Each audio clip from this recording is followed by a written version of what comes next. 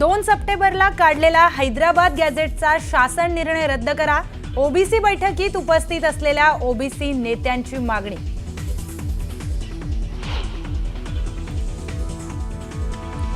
दिवाळीच्या आत कुणबी प्रमाणपत्राचं वाटप करा. जरांगेंची फडणवीसांकडे मागणी. जीआर रद्द करायला बापाची पेंड आहे का? जरांगेंचा ओबीसी नेत्यांना सवाल.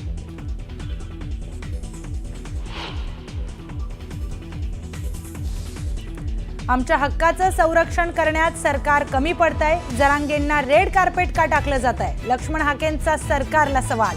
तर सरकारचा जीआर संविधान विरोधी असल्याचं मत.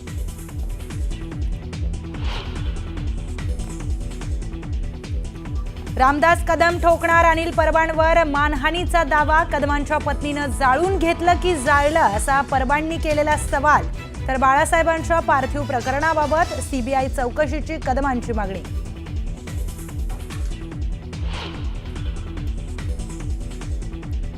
शिवसेना प्रमुख बाळासाहेब ठाकरेंच्या पार्थिवासंदर्भामध्ये रामदास कदमांनी केलेले आरोप खोटे. रामदास कदमांना कोर्टात खेचणार अनिल परबांचा इशारा.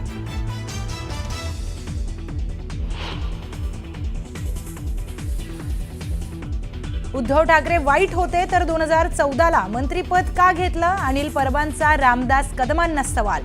तर महापालिका निवडणुकीच्या पूर्वी लोकांचं लक्ष विचलित करण्याचा डाव असल्याचा आरोप.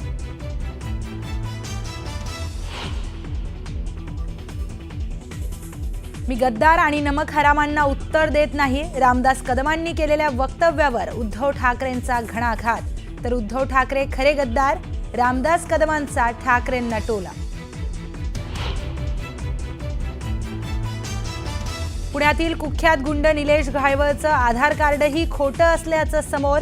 आधार कार्डवर अस्तित्वातच नसलेला पत्ता.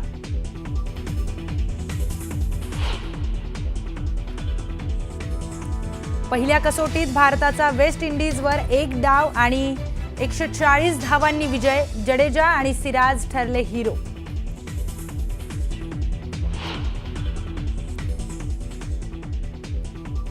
ऑस्ट्रेलिया दौऱ्यासाठी विराट रोहितचं कमबॅक. तर शुभमन गिल भारताचा कर्णधार.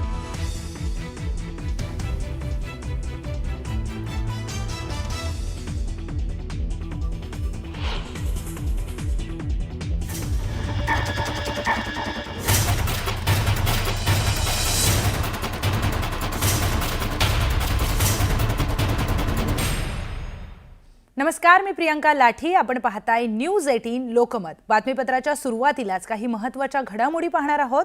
रामदास कदम आणि अनिल परब यांच्यामध्ये आता आरोप प्रत्यारोपांचा सिलसिला सुरू झालाय. दोन्ही नेत्यांकडून गंभीर आरोप केले जात आहेत. या वादाची सुरुवात शिंदेंच्या नेतृत्वातील शिवसेना मेळाव्यात झाली. उद्धव ठाकरेंवर शिवसेना प्रमुखांच्या पार्थिवाची अवहेलना केल्याचा गंभीर आरोप कदमांनी केला होता. त्यानंतर अनिल परब आणि रामदास कदमांमध्ये आरोप प्रत्यारोपांना सुरुवात झाली. कुठलाही मृतदेह 2 दिवस शवपेटीशिवाय ठेवता येऊ शकतो का? या रामदास कदमचं अक्कल गुडघ्यात आहे. त्याला जे काय कोणी सांगितलंय ना, त्याने हे तरी विचार करायला पाहिजे होता किंवा रामदास कदम यांनी बोलताना विचार करायला पाहिजे होता. कुठलाही मृतदेह 2 दिवस शवागाराशिवाय किंवा शवपेटीशिवाय ठेवता येतो का? बाळासाहेबांच्या बाबतीमध्ये 2 दिवस त्यांची बॉडी ठेवली होती का? याबाबत मी स्वतः माननीय मुख्यमंत्र्यांना भेटून याची सीबीआय चौकशी लावा अशी मागणी मी लेखी आता करणार आहे. म्हणजे दूध का दूध पाणी का पाणी होऊन जाईल. मग आणि जावं कोर्टामध्ये, न्यायालयामध्ये आणि कोर्टाकडे पैसे मिळतात ते बघावे. उद्धवजींना ज्यावेळेला विचारलं मातोश्रीमध्ये की उद्धवजी, शिवसेना प्रमुखांच्या पायाचे ठसे घेऊन ठेवा, आमचे ते दैवत आहेत, मी बोललो होतो. तेव्हा उद्धवजी मला म्हटले, रामदासभाई त्यांच्या हाताचे ठसे घेऊन ठेवलेत तुम्ही. त्यांच्या हाताचे ठसे मी घेऊन ठेवलेत. हे आमच्या दोघांमधलं आहे, डायरेक्ट उद्धवजीने मी. मग उद्धवजी, माझा तुम्हाला सवाल आहे, त्या हाताच्या ठशांचा उपयोग तुम्ही कशासाठी केला त्या मला एकदा सांगा. महाराष्ट्र जनतेला कळू देते, समजू देत. आणि मेलेल्या माणसाचे ठसे घेतले जरी तरी त्याचा काही उपयोग होत नाही. त्यांचं ज्ञान कच्चं आहे. हे फक्त लोकांच्या मनात उद्धव साहेबांच्या बद्दल एक विष घालवायचं, उद्धव साहेबांच्या बद्दल मनामध्ये घृणा तयार करायची, उद्धव साहेबांच्या बद्दल असलेलं जे काही लोकांमध्ये असलेलं प्रेम हे कमी करायचं. मुंबई महानगरपालिका त्यांना माहिती आहे ते जिंकू शकत नाहीत आणि मग असा कोणाला तरी पुढे करायचं, रामदास कदमला पुढे करायचं, रामदास कदमने असं बोलायचं आणि मूळ विषयापासून लक्ष दुर्लक्षित करायचं. शिशुपालाचे मी त्यांना कायदेशीर कोर्टात खेचत आहे, कायदेशीर उत्तरं त्यांच्याकडनं मागवणार आहे. त्याच्यामध्ये 100% त्यांना माफी मागावीच लागेल. माफी मागितली नाही तर कोर्टाच्या कारवाईला त्यांना सामोरं जावं लागेल.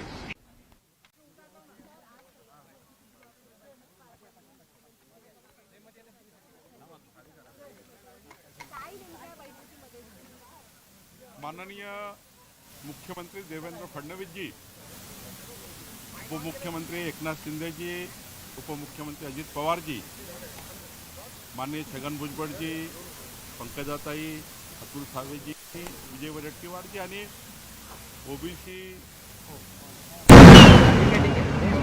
जे डेलिगेशन या ठिकाणी आलं होतं, जवळपास 40 पदाधिकारी या बैठकीला होते. राज्याचे मुख्य सचिव आणि सर्वच अधिकारी होते. या बैठकीमध्ये ज्या GR संबंधी काही संशय आणि काही जो मराठा कुणबी मराठा प्रमाणपत्र देण्याकरता जी काही परिस्थिती आहे किंवा त्या GR बद्दल काही संभ्रम निर्माण करण्यात आले किंवा संभ्रम ओबीसी शिष्टमंडळाच्या मनात होते, त्याबद्दल त्यांचं सर्वांचं म्हणणं आम्ही ऐकून घेतलं. महाज्योतीला निधी मिळणे, ओबीसीचे हॉस्टेल्स असतील आणि ओबीसी समाजाच्या विद्यार्थ्यांना उद्योगाकरता सवलती असतील, त्यांना कमी व्याजदराचं कर्ज असेल, हे सर्व बाबीवर चर्चा झाली. सर्वच प्रतिनिधींनी चर्चेमध्ये भाग घेतला आणि यामध्ये जी मागणी होती मूळ की पात्र मराठा कुणबी मराठा प्रमाणपत्रच व्हावे, सरसकट कुठल्याही पद्धतीचं GRचं त्या ठिकाणी फायदा घेऊ नये आणि GRचा फायदा घेऊन खोटे प्रमाणपत्र इश्यू होऊ नये, ओबीसीचे कुणबी प्रमाणपत्र इश्यू होऊ नये आणि जे काही त्या ठिकाणी खोटे प्रमाणपत्र काही अधिकाऱ्यांनी दिल्याचे काही दाखले किंवा फोडतोड केल्याचे दाखले माननीय भुजबळ साहेबांनी बैठकीत मांडले. त्याबद्दलही संबंधित अधिकाऱ्यांनी जर खोटे प्रमाणपत्र दिले किंवा एखाद्याने खोटी दाखले तयार केले किंवा फोडतोड करून दाखले तयार केले, त्यावर कारवाई व्हावी अशी मागणी होती. माननीय मुख्यमंत्र्यांनी हे स्पष्ट केलं आहे की कुठलाही खोटं प्रमाणपत्र जर कोणी काढलं असेल, फोडतोड केली असेल किंवा एखाद्या अधिकाऱ्यांनी चुकीचे प्रमाणपत्र दिले असेल तर तो अधिकारी जबाबदार राहील, त्या अधिकाऱ्यावर कारवाई होईल. कुठल्याही परिस्थितीमध्ये कुठल्याही समाजावर अन्याय होणार नाही. मराठा समाजाचा अधिकार त्या ठिकाणी कायम राहील. ओबीसीच्या ताटातलं कोणी घेणार नाही आणि ओबीसी मराठा समाजात कुठलाही संघर्ष निर्माण होणार नाही याची काळजी शासनही घेईल, आम्ही सर्व घेऊ आणि कुठल्याही परिस्थितीमध्ये ओबीसी समाजावर अन्याय होणार नाही, कुठलंही खोटं प्रमाणपत्र इश्यू होणार नाही, कुठलाही GRचा चुकीचा अर्थ कोणी काढणार नाही. चुकीच्या अर्थाने कोणी प्रमाणपत्र त्या ठिकाणी काढलं तर त्या अधिकाऱ्यावरही कारवाई होईल आणि ज्यांनी खोटं प्रमाणपत्र तयार केलं त्यांच्यावरही कारवाई होईल. अशा पद्धतीच्या त्या ठिकाणी चर्चा त्या ठिकाणी झाली. आम्ही सर्वांनी माननीय मुख्यमंत्र्यांनी विजय वडेट्टीवारजी आणि सर्वांना विनंती केली की राज्याची पूर परिस्थितीचा विचार करून आणि कोर्टामध्ये आता 5 तारखेला ज्या केसेस टाकल्या आहे ओबीसी समाजाच्या काही व्यक्तींनी की हा GR चुकीचा आहे किंवा हा जो GR काढला तो 2 सप्टेंबरचा तो चुकीचा GR आहे, त्यावर काही कोर्ट केस केलेले आहे हायकोर्टमध्ये, त्याचेही 5 तारखेला सुनावणी आहे. त्यामुळं आता कुठल्याही पद्धतीच्या GRला त्या ठिकाणी जी मागणी आहे GRच बदलला तसा वगैरे कोर्टामध्ये आता केस सुरू असल्यामुळं त्यामुळं अशी कुठली भूमिका आता करता येणार नाही. परंतु हे मात्र दक्षता घेता येईल.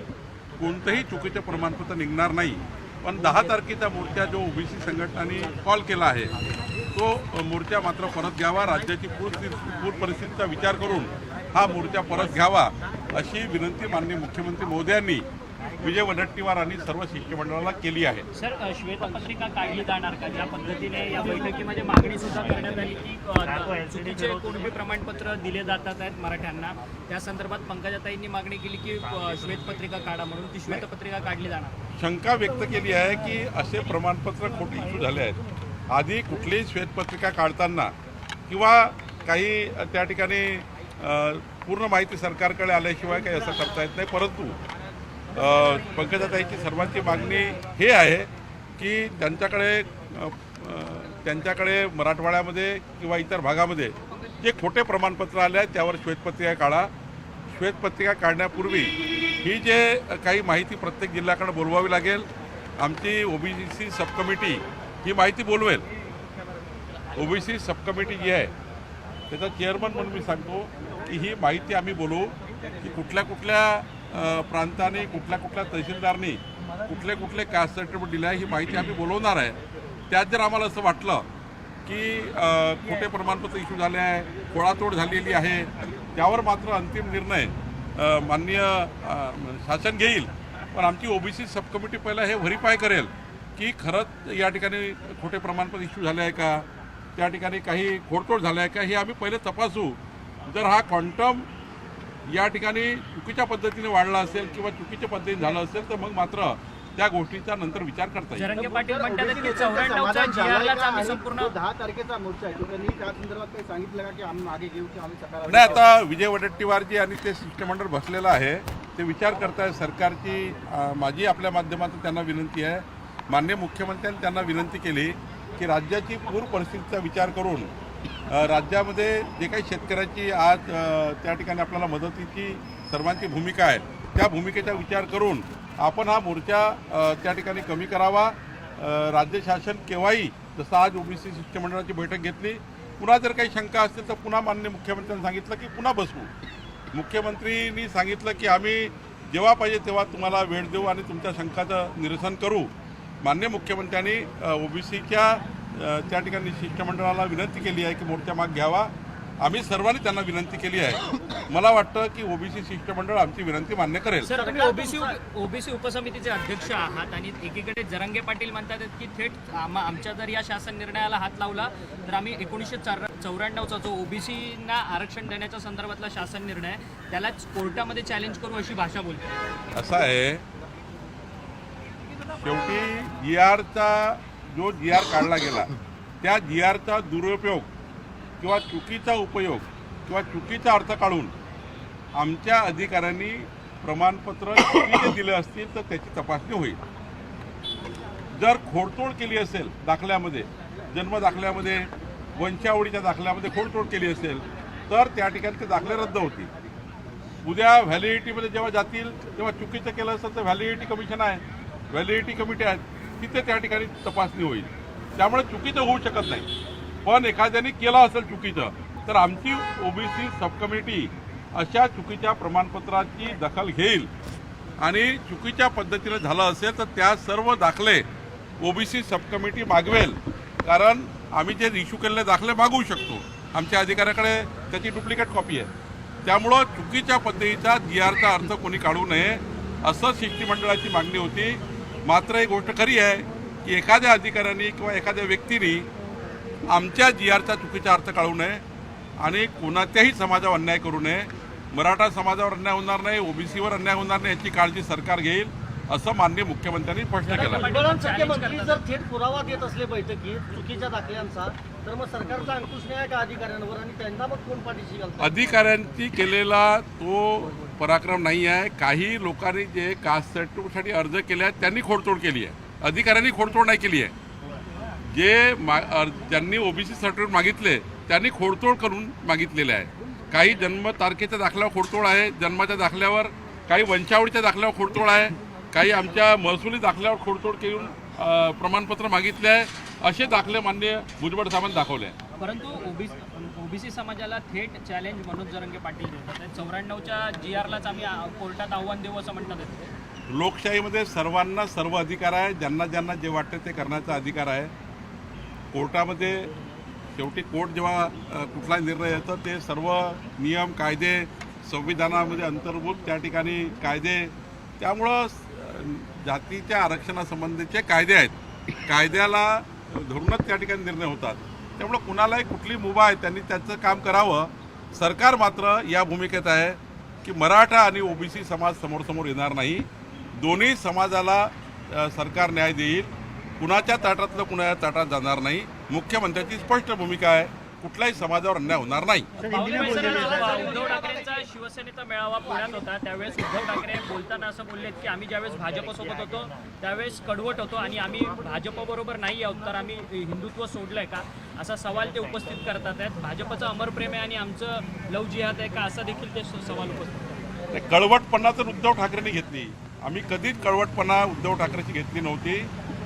माननीय देवेंद्र फडणवीसजीचं सरकार असताना 2014 ते 2019 माननीय देवेंद्र फडणवीसजींनी उद्धव ठाकरेंच्या ज्या ज्या सूचना, जे काही त्यांनी या राज्याकरता महत्त्वाचे विषय मांडले होते, त्या सर्वांचा मान सन्मान करण्याचं काम माननीय देवेंद्र फडणवीसजींनी केलं. उद्धव ठाकरेंचा शब्द न शब्द पाळला गेला, पण कळवळ भूमिका तर उद्धव ठाकरेंनी घेतली. देवेंद्र फडणवीसजींना मुख्यमंत्री करण्याच्या वेळी त्यांनी घुमजाव केलं, त्यांनी कळवळ भूमिका घेतली. आणि आता तर एवढी कळवळ भूमिका घेतली आहे की उद्धव ठाकरेंच्या रॅलीमध्ये, उद्धव ठाकरेंच्या खासदाराच्या रॅलीमध्ये पाकिस्तानचे ध्वज फडकत आहेत. त्यामुळं भूमिकेपासून तुम्ही दूर गेले आहे. स्वातंत्र्यवीर सावरकरांचा वारंवार अपमान काँग्रेस पार्टी करताना काँग्रेस पार्टी आणि राहुल गांधीच्या मांडीच्या मांडी लावण्याचं काम उद्धव ठाकरेंनी केलं. हिंदुत्वापासून तुम्ही दूर गेले आहेत. त्यामुळं तुम्ही काही आता सांगू नका. महाराष्ट्र तुम्हाला समजला आहे आणि विधानसभेच्या निवडणुकीत लोकांनी तुम्हाला जागा दाखवली आहे. येणाऱ्या स्थानिक स्वराज्य संस्थेमध्ये सुद्धा लोक जागा दाखवतील. 51% लढाई महायुती जिंकून पुन्हा एकदा या महाराष्ट्रामध्ये महायुतीचं त्या ठिकाणी आमचं जे या ठिकाणी स्थानिक स्वराज्य संस्थेमध्ये आम्ही त्या ठिकाणी जिंकू.